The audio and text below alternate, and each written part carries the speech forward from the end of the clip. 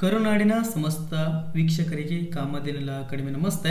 ಆತ್ಮೀಯ ವೀಕ್ಷಕರೇ, ನಾವು ಇಂದಿನ ತರಗತಿಯಲ್ಲಿ ಸಮಾನ ನ್ಯಾಯ ಮತ್ತು ಉಚಿತ ಕಾನೂನಿನ ನೆರವು, ತುಂಬ ಇಂಪಾರ್ಟೆಂಟ್ ಕಾನ್ಸೆಪ್ಟು, ಅತ್ಯವಶ್ಯಕವಾಗಿರುವಂಥದ್ದು. ಸಮಾನ ನ್ಯಾಯ ಅಂದರೆ ಏನು, ಉಚಿತ ಕಾನೂನು ನೆರವು ಯಾರ್ಯಾರಿಗೆ ಲಭಿಸ್ತದೆ, ತುಂಬ ಇಂಪಾರ್ಟೆಂಟ್ ಆಗಿರುವಂತಹ ಒಂದು ಕಾನ್ಸೆಪ್ಟು. ಇಂದಿನ ಸಂಚಿಕೆ ನಿಮ್ಮೆಲ್ಲರಿಗೂ ಕೂಡ ಮಹತ್ವದಾಗಿದೆ ಅಂತ ನಾನು ಭಾವಿಸ್ತೇನೆ. ನೋಡಿ, ಈಕ್ವಲ್ ಜಸ್ಟಿಸ್, ನಾನು ಕೊಟ್ಟಿರುವಂಥ ಸ್ಲೈಡು ನಿಮಗೆ ಕ್ಲಿಯರಾಗಿ ಕಾಣಿಸ್ತೆ ಅಂತ ನಾನು ಭಾವಿಸ್ತಿದ್ದೇನೆ ವೀಕ್ಷಕರೇ. Equal justice and free legal aid economically backward classes, ಸಮಾನ ನ್ಯಾಯ ಮತ್ತು ಉಚಿತ ಕಾನೂನು ನೆರವನ್ನು ನೋಡೋದಾದರೆ ಇದು ಯಾವ ರೀತಿಯ ಉಗಮವಾಯಿತು, ಈ ಉಚಿತ ಕಾನೂನು ನೆರವು ಯಾರ್ಯಾರಿಗೆ ಸಿಗ್ತದೆ ಎಂಬುದನ್ನು ಇಂದಿನ ತರಗತಿಯಲ್ಲಿ ಸಂಕ್ಷಿಪ್ತವಾಗಿ ನೋಡ್ಕೊಂಡು ಬರೋಣ.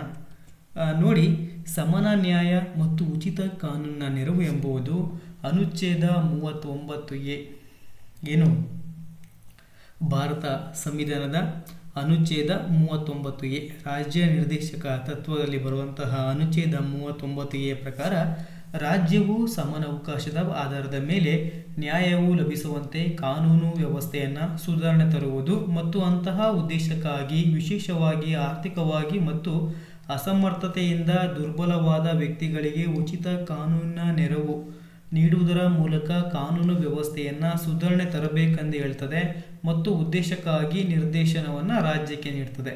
ಕ್ಲಿಯರಾಗಿ ಅರ್ಥ ಮಾಡ್ಕೊಳ್ಳಿ ಆತ್ಮೀಯ ಸ್ನೇಹಿತರೆ. ಏನು, ಭಾರತ ಸಂವಿಧಾನದ ಅನುಚ್ಛೇದ 39A ಪ್ರಕಾರ ಇದು ಏನು ಹೇಳ್ತದೆ, ಅನುಚ್ಛೇದ 39A ಏನು ಹೇಳ್ತದೆ ಅಂದರೆ, ಇದರ ಪ್ರಕಾರ ರಾಜ್ಯವು ಸಮಾನ ಅವಕಾಶದ ಆಧಾರದ ಮೇಲೆ ನ್ಯಾಯವು ಲಭಿಸಬೇಕಾಗ್ತದೆ, ಕಾನೂನು ಸುವ್ಯವಸ್ಥೆಯನ್ನು ಸುಧಾರಣೆ ತರುವುದು.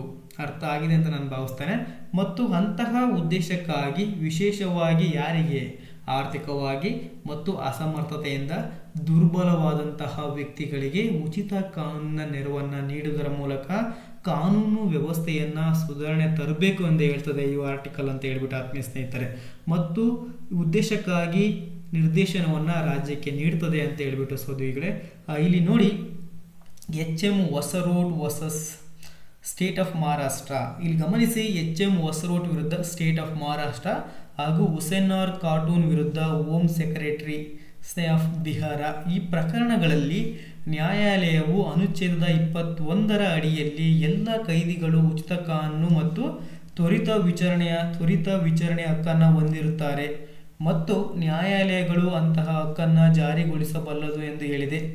ಆತ್ಮೀಯ ಸ್ನೇಹಿತರೆ, ಇಲ್ಲಿ ಗಮನಿಸಿ, ಏನು, HM ಹೊಸರೋಡ್ ವಿರುದ್ಧ ಸ್ಟೇಟ್ ಆಫ್ ಮಹಾರಾಷ್ಟ್ರ ಮತ್ತು ಹುಸೇನ್ ಆರ್ ಖಾಟೂನ್ ವಿರುದ್ಧ ಹೋಮ್ ಸೆಕ್ರೆಟರಿ ಆಫ್ ಬಿಹಾರ. ಈ ಪ್ರಕರಣದಲ್ಲಿ ನ್ಯಾಯಾಲಯವು ಏನು ಹೇಳ್ತಿದೆ ಅಂದರೆ, ಭಾರತ ಸಂವಿಧಾನದ ಅನುಚ್ಛೇದದ 21ರ ಅಡಿಯಲ್ಲಿ ಎಲ್ಲ ಕೈದಿಗಳು ಉಚಿತ ಕಾನೂನನ್ನು ಪಡಿಲಿಕ್ಕೆ ಹಾಗೂ ತ್ವರಿತ ವಿಚಾರಣೆಯ ಹಕ್ಕನ್ನು ಪಡಿಲಿಕ್ಕೆ ಅರ್ಹರು ಅಂತ ಹೇಳ್ಬಿಟ್ಟು ಆತ್ಮೀಯ ಸ್ನೇಹಿತರೆ, ಮತ್ತು ನ್ಯಾಯಾಲಯಗಳು ಅಂತಹ ಹಕ್ಕನ್ನು ಜಾರಿಗೊಳಿಸಬಲ್ಲದು ಎಂದು ಹೇಳಿದೆ ಮತ್ತು ಅಂತಹ ಹಕ್ಕನ್ನು ಅವರಿಗೆ ನ್ಯಾಯಾಲಯಗಳು ಜಾರಿಗೊಳಿಸಬೇಕೆಂಬುದನ್ನು ಕೂಡ ಇಲ್ಲಿ ಹೇಳಲಾಗಿದೆ. ರಾಜ್ಯವು ಯಾವುದೇ ಕೈದಿಯು ಅಥವಾ ಬಡ ವ್ಯಕ್ತಿಗೆ ನ್ಯಾಯಾಲಯದ ಶುಲ್ಕವನ್ನು ನೀಡುವಂತಹ ಮತ್ತು ವಕೀಲರನ್ನು ನೇಮಿಸುವಂತಹ ಕರ್ತವ್ಯವನ್ನು ಹೊಂದಿರ್ತದೆ ಎಂದು ಹೇಳಿದೆ.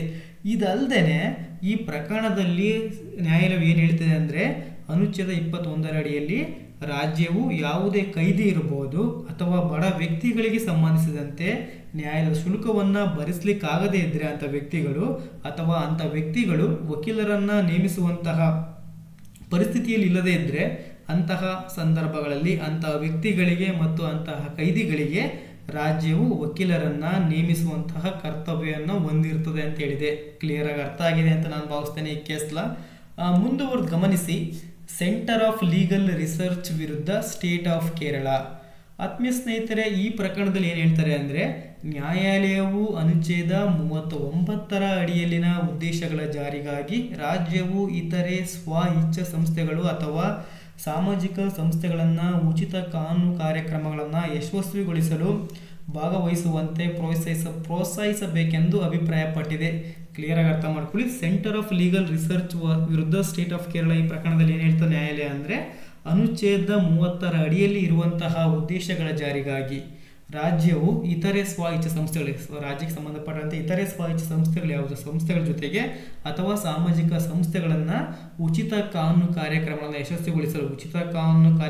ಯಶಸ್ವಿಗೊಳಿಸಲಿಕ್ಕೋಸ್ಕರ ಇತರೆ ಸ್ವ-ಇಚ್ಛೆ ಸಂಸ್ಥೆಗಳ ಜೊತೆಗೆ ಮತ್ತು ಸಾಮಾಜಿಕ ಸಂಸ್ಥೆಗಳನ್ನು ಭಾಗವಹಿಸುವಂತೆ ಈ ಉಚಿತ ಕಾನೂನು ಕಾರ್ಯಕ್ರಮವನ್ನು ಯಶಸ್ವಿಗೊಳಿಸಲು ಭಾಗವಹಿಸುವಂತೆ ಪ್ರೋತ್ಸಾಹಿಸಬೇಕೆಂದು ಅಭಿಪ್ರಾಯಪಟ್ಟಿದೆ. ಆತ್ಮೀಯ ಸ್ನೇಹಿತರೆ, ಮುಂದುವರೆದು ಗಮನಿಸಿ. ಭಾರತದಲ್ಲಿ ಉಚಿತ ಕಾನೂನು ನೆರವು ಕಾರ್ಯಕ್ರಮದ ಹುಟ್ಟು ನೋಡೋದಾದ್ರೆ origin of legal aid programme in India. ಭಾರತದಲ್ಲಿ ಉಚಿತ ಕಾನೂನು ನೆರವು ಕಾರ್ಯಕ್ರಮದ ಹುಟ್ಟು ನೋಡ್ಕೊಂಡು ಬರೋಣ. ಭಾರತ ಸರ್ಕಾರವು ಮೊದಲ ಉಚಿತ ಕಾನೂನು ನೆರವಿನ ವಿಷಯವನ್ನು ಕಾನೂನು ಮಂತ್ರಿಗಳ ಸಮ್ಮೇಳನದಲ್ಲಿ ಮತ್ತು ಕಾನೂನು ಕಮಿಷನ್ಗಳಲ್ಲಿ 1952ರ ನಂತರ ಚರ್ಚೆಗೆ ತೆಗೆದುಕೊಳ್ಳಲಾಗ್ತದೆ. ಕ್ಲಿಯರ್ ಆಗಿ ಅರ್ಥ ಮಾಡ್ಕೊಳ್ಳಿ ಕಾನ್ಸೆಪ್ಟನ್ನು.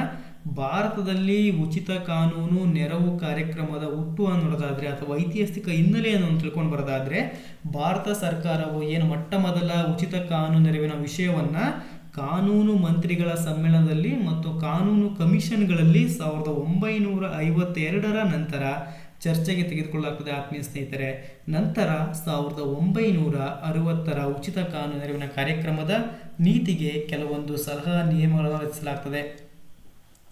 ಅಲ್ಲಿ 1952ರ ನಂತರ ಚರ್ಚೆ ತೆಗೆದುಕೊಳ್ತಾರೆ. ತದನಂತರ 1960ರಲ್ಲಿ ಉಚಿತ ಕಾನೂನಿಗೆ ಸಂಬಂಧಪಟ್ಟಂತೆ ಅಥವಾ ಉಚಿತ ಕಾನೂನಿನ ನೆರವಿನ ಕಾರ್ಯಕ್ರಮದ ನೀತಿಗೆ ಕೆಲವೊಂದು ಸಲಹಾ ನಿಯಮಗಳನ್ನು ರಚಿಸಲಾಗ್ತದೆ.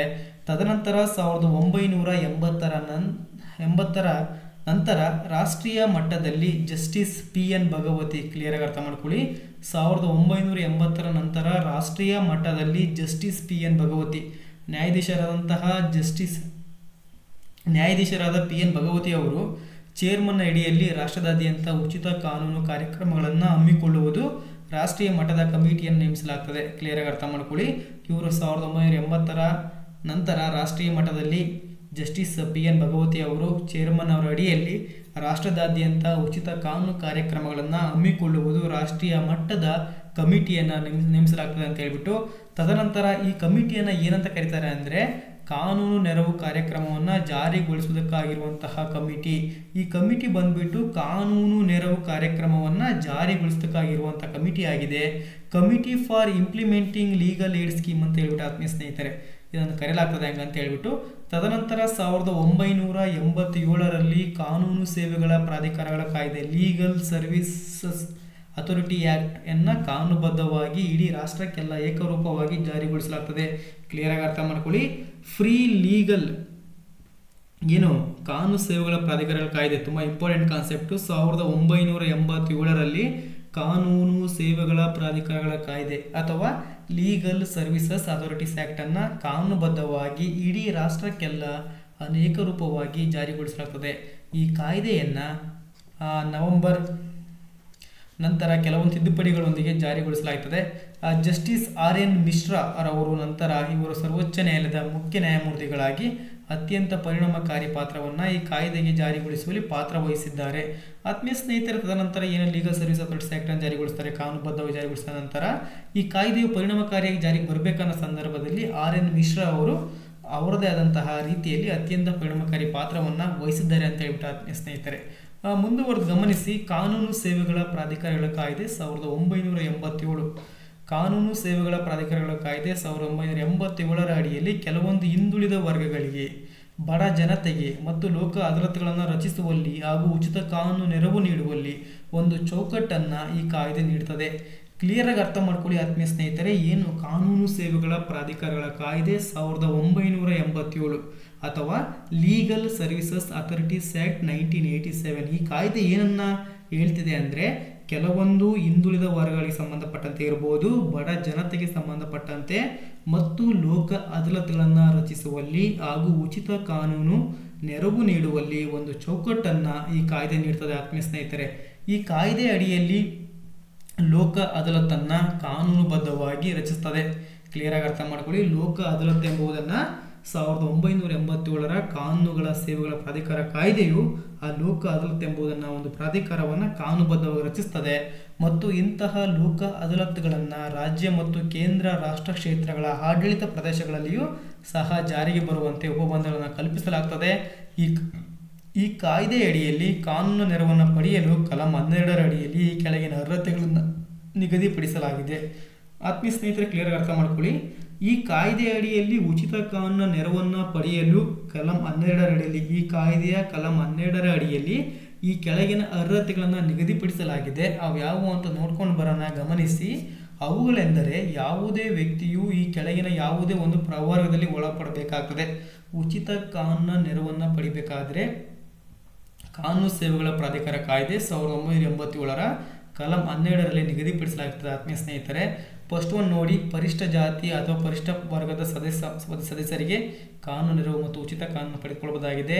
ಅದೇ ರೀತಿಯಾಗಿ ಇವರು ಯಾರು ಪರಿಶಿಷ್ಟ ಜಾತಿ ಎಸ್ ಸಿ ಮತ್ತು ST ಜನಾಂಗ ವರ್ಗದವರಿಗೆ ಉಚಿತ ಕಾನೂನು ನೆರವನ್ನು ಪಡೆದುಕೊಳ್ಳಬಹುದಾಗಿದೆ, ಅವರು ಪಡೆದುಕೊಳ್ಳಬಹುದಾಗಿದೆ. ಆತ್ಮೀಯ ಸ್ನೇಹಿತರೆ, ಅದೇ ರೀತಿಯಾಗಿ ಅನುಚ್ಛೇದ 23ರ ಅಡಿಯಲ್ಲಿ ಬರುವ ಯಾವುದೇ ಮಾನವ ಶೋಷಣೆ ವರ್ಗ ಅಥವಾ ಬೇಗಾರ ಪದ್ಧತಿಯ ಬಾಧಿತ ವ್ಯಕ್ತಿ, ಅನುಚ್ಛೇದ 23ರ ಅಡಿಯಲ್ಲಿ ಬರುವಂತಹ ಯಾವುದೇ ಮಾನವ ಶೋಷಣೆಯ ವರ್ಗಕ್ಕೆ ಒಳಗಾಗಿದ್ದಿರಬಹುದು ಅಥವಾ ಬೇಗಾರ ಇರಬಹುದು, ಅಂತಹ ಪದ್ಧತಿಗೆ ಒಳಗಿರುವಂತಹ ಬಾಧಿತ ವ್ಯಕ್ತಿಯು ಇದರ ಅಡಿಯಲ್ಲಿ ಉಚಿತ ಕಾನೂನನ್ನು ಪಡೆಯಬಹುದಾಗಿದೆ. ಅದೇ ರೀತಿಯಾಗಿ ಒಂದು ಮಹಿಳೆ ಅಥವಾ ಒಂದು ಮಗು ಉಚಿತ ಕಾನೂನು ಮತ್ತು ಕಾನೂನು ನೆರವನ್ನು ಪಡೆಯಬಹುದು ಅಂತ ಹೇಳ್ಬಿಟ್ಟು ಆತ್ಮೀಯ ಸ್ನೇಹಿತರೆ. ಅದೇ ರೀತಿಯಾಗಿ ಮುಂದುವರೆದು ಗಮನಿಸಿ, ಮಾನಸಿಕವಾಗಿ ಅಸ್ವಸ್ಥ ಅಥವಾ ಅಸಮರ್ಥ ವ್ಯಕ್ತಿ ಕೂಡ ಉಚಿತ ಕಾನೂನು ಮತ್ತು ಕಾನೂನು ನೆರವನ್ನು ಪಡೆದುಕೊಳ್ಳಬಹುದಾಗಿದೆ. ಅದೇ ರೀತಿಯಾಗಿ ಯಾವುದೇ ಧರ್ಮಾಂತರ, ಹಿಂಸೆ, ಜಾತಿಯ ಶೋಷಣೆ, ಪ್ರವಾಹ, ಭೂಕಂಪನ ಅಥವಾ ಇತರೆ ಯಾವುದೇ ಅಸ್ವಾಭಾವಿಕ ಸಂದರ್ಭಗಳಲ್ಲಿ ಬಾಧಿತಗೊಳ್ಳಾದಂತಹ ವ್ಯಕ್ತಿಯು ಕೂಡ ಉಚಿತ ಕಾನೂನನ್ನು ಪಡೆದುಕೊಳ್ಳಬಹುದಾಗಿದೆ. ಅದೇ ರೀತಿಯಾಗಿ ಯಾವುದೇ ಒಬ್ಬ ಕೈಗಾರಿಕಾ ಕಾರ್ಮಿಕ ವ್ಯಕ್ತಿಯು ಕೂಡ ಉಚಿತ ಕಾನೂನು ನೆರವನ್ನು ಪಡೆದುಕೊಳ್ಳಬಹುದಾಗಿದೆ. ಆತ್ಮೀಯ ಸ್ನೇಹಿತರೆ, ಮುಂದುವರೆದು ಗಮನಿಸಿ, ಅನೈತಿಕ ಶೋಷಣ ನಿರ್ಬಂಧನ ಕಾಯ್ದೆ 1956ರ ಕಲಂ 2(G) ಅಡಿಯ ಅರ್ಥದಲ್ಲಿ ಬರುವಂತಹ ಯಾವುದೇ ಸಂರಕ್ಷಣಾ ಗೃಹಗಳು ಅಧೀನದಲ್ಲಿರುವಂತಹ ವ್ಯಕ್ತಿ ಅಥವಾ ಬಾಲ ಅಪರಾಧಿಗಳ ನ್ಯಾಯ ಕಾಯ್ದೆ 1986ರ ಕಲಂ 2(J) ಅಡಿಯ ಅರ್ಥದಲ್ಲಿ ಬರುವ ಒಬ್ಬ ಬಾಲಾಪರಾಧಿ ಗೃಹದ ಸದಸ್ಯ ಅಥವಾ ಮಾನಸಿಕ ಆರೋಗ್ಯ ಕಾಯ್ದೆ 1987ರ ಕಲಂ 2(J) ಅಡಿಯ ಅರ್ಥದಲ್ಲಿ ಬರುವಂತಹ ಅಸ್ವಸ್ಥ ನರ್ಸಿಂಗ್ ಗೃಹಗಳಡಿಯ ಯಾವುದೇ ಸದಸ್ಯ, ಇವರೆಲ್ಲರೂ ಕೂಡ ಉಚಿತ ಕಾನೂನು ನೆರವನ್ನು ಪಡೆದುಕೊಳ್ಳಬಹುದಾಗಿದೆ ಅಂತ ಹೇಳ್ಬಿಟ್ಟು ಆತ್ಮೀಯ ಸ್ನೇಹಿತರೆ.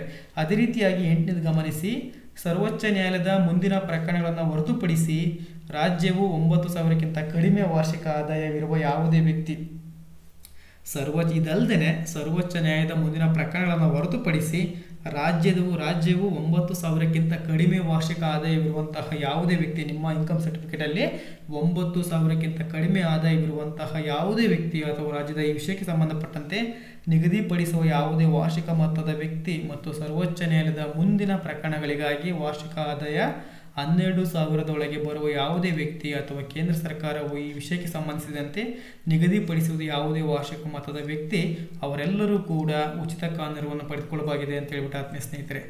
ಮುಂದುವರೆದು ಗಮನಿಸಿ, ಕಾನೂನು ಸೇವೆಗಳ ಪ್ರಾಧಿಕಾರಗಳ ಕಾಯ್ದೆ 1987ರ ಕಲಂ 2(1) ಅಡಿಯಲ್ಲಿ ಕ್ಲಿಯರ್ ಆಗಿ ಹೇಳಿದರೆ, ಅವರ ಪ್ರಕರಣ ಕೇಸ್ ಎಂಬುದು ಏನು, ಕೇಸು ಏನನ್ನು ಸೂಚಿಸ್ತದೆ, ಕೇಸ್ ಅಂದರೆ ಏನು ಅಥವಾ ಪ್ರಕರಣ ಅಂದರೆ ಏನು ಅಂತ ನೋಡೋದಾದರೆ, ಪ್ರಕರಣ ಅಂದರೆ ಯಾವುದೇ ದಾವೆ ಅಥವಾ ನ್ಯಾಯಾಲಯದ ಮುಂದಿನ ವಿವರಣೆಯನ್ನು ಕ್ಲಿಯರಾಗಿ ಅರ್ಥ ಮಾಡ್ಕೊಳ್ಳಿ. ಇಲ್ಲಿ ಪ್ರಕರಣ ಅಥವಾ ಕೇಸ್ ಎಂಬುದು ಯಾವುದೇ ಒಂದು ದಾವೆ ಅಥವಾ ವ್ಯಾಜ್ಯ ಅಥವಾ ಮೊಕದ್ದಮೆ ಅಥವಾ ನ್ಯಾಯಾಲಯದ ಮುಂದಿನ ವಿವರಣೆಯನ್ನು ಒಳಗೊಳ್ಳುತ್ತದೆ ಮತ್ತು ಕಾನೂನಿನ ನೆರವು ಎಂಬುದು ಅಂತಹ ದಾವೆ ಮತ್ತು ವಿವರಣೆಗಳಿಗೆ ಅನ್ವಯಿಸಿದೆ ಅಂತ ಹೇಳ್ಬಿಟ್ಟು ಆತ್ಮೀಯ ಸ್ನೇಹಿತರೆ ಅರ್ಥ ಆಗಿದೆ ಅಂತ ನಾನು ಭಾವಿಸ್ತೇನೆ, ಪ್ರಕರಣ ಅಥವಾ ಕೇಸ್ ಅಂದರೆ. ಅದೇ ರೀತಿಯಾಗಿ ಈ ಕಾಯ್ದೆಯ ಕಲಂ 2(1) ಮತ್ತು 2(2) ಅಡಿಯಲ್ಲಿ ನ್ಯಾಯಾಲಯವು ಕೋರ್ಟ್, ಕ್ಲಿಯರಾಗಿ ಅರ್ಥ ಮಾಡ್ಕೊಳ್ಳಿ, ಕೋರ್ಟ್ ಎಂದರೆ ಯಾವುದೇ ಒಂದು ಸಿವಿಲ್, ಕ್ರಿಮಿನಲ್ ಅಥವಾ ಕಂದಾಯ ನ್ಯಾಯಾಲಯ ಮತ್ತು ಯಾವುದೇ ನ್ಯಾಯಾಧೀಕರಣ ಅಥವಾ ಕಾನೂನಿನ ಮೂಲಕ ಜಾರಿಗೊಳಿಸಬಹುದಾದಂತಹ ನ್ಯಾಯಿಕ ಮತ್ತು ಅರೆನ್ಯಾಯಿಕ ಕಾರ್ಯನಿರ್ವಹಿಸುವಂತಹ ಯಾವುದೇ ಪ್ರಾಧಿಕಾರವನ್ನು ಒಳಗೊಂಡಿರ್ತದೆ.